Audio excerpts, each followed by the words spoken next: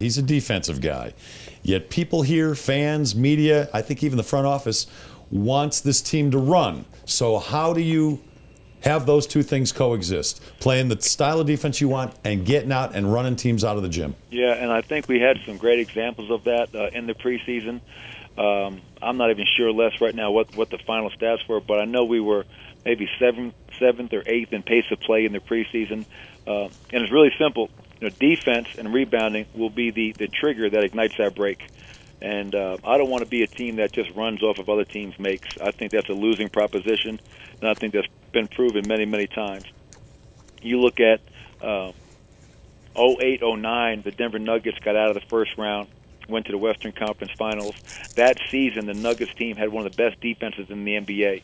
And that's what we like to get back to, being a team that defends at a high level, but uses that defense and rebounding to ignite the break and to get out and attack before the opposing defense can get set and game plan against us.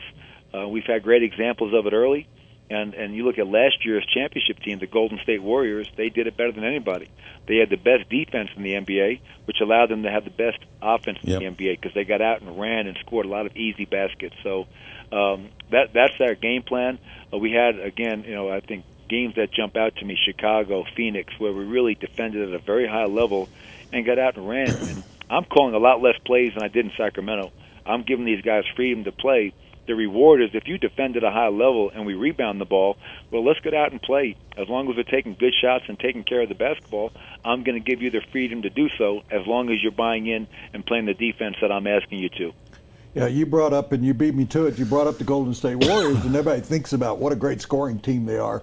But they were number one in the NBA in defense. And I remember Doug Moe, and I don't know how much you really know about him, Mike, but when he was here, people claimed he never played defense, but he said you can play defense and give up 112 points if you're playing defense because that's going to create you scoring 115, 118 points. Right. And so I think what you're saying is absolutely right. Let's talk about the kid who has a chance to be Rookie of the Year. He's got a little bit of a hamstring problem now. Does that concern you going into the opening game and opening week? And how has Mudiay's adjustment been after having seen him in the preseason? Yeah, I'll start with your second question first. I really think Emmanuel, for a 19-year-old rookie, is really mature. And I think that speaks to his mom, his brothers, his life story coming over from the Democratic Republic of the Congo. But early on, we saw in the first two games, he threw the ball all over the gym. At 8 turnovers against the Clippers, 7 against Dallas.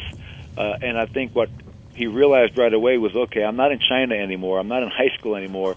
When I drive to the basket, DeAndre Jordan, Blake Griffin, big guys are waiting for me. And I think the athleticism and size of some of the bigs were probably a little bit, eye-opening. But as the preseason went on, he started to understand that, I can't just drive into the paint, leave my feet, and hope something good happens. I have to have a plan. I have to be under control, and I have to make sure I'm getting my teammates involved. And he's done a better job of that as of late. So I think he is adjusting. I think he's getting better.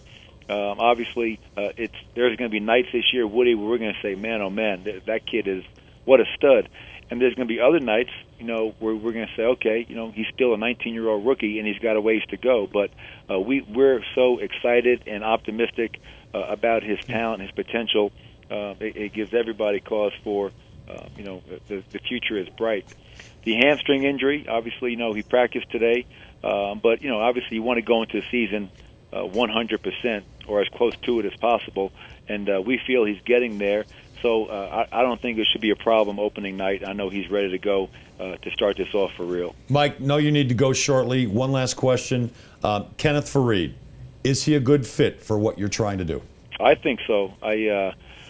You can't teach, a player. You can't take a kid up to the gym every day and say, okay, we're going to work on your motor. We're going to work on your ability to run the floor and rebound.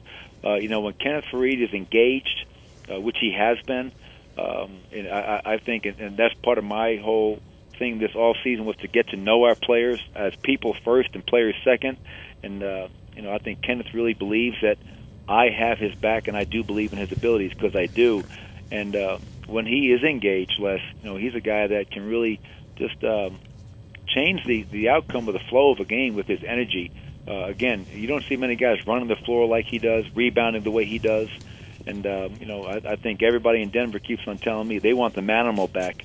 From what I've seen on a daily basis, I think Kenneth is getting back to that, and we're excited for that. So I have no doubt in my mind that Kenneth can be a part of this and a big part of it, and we're going to need him.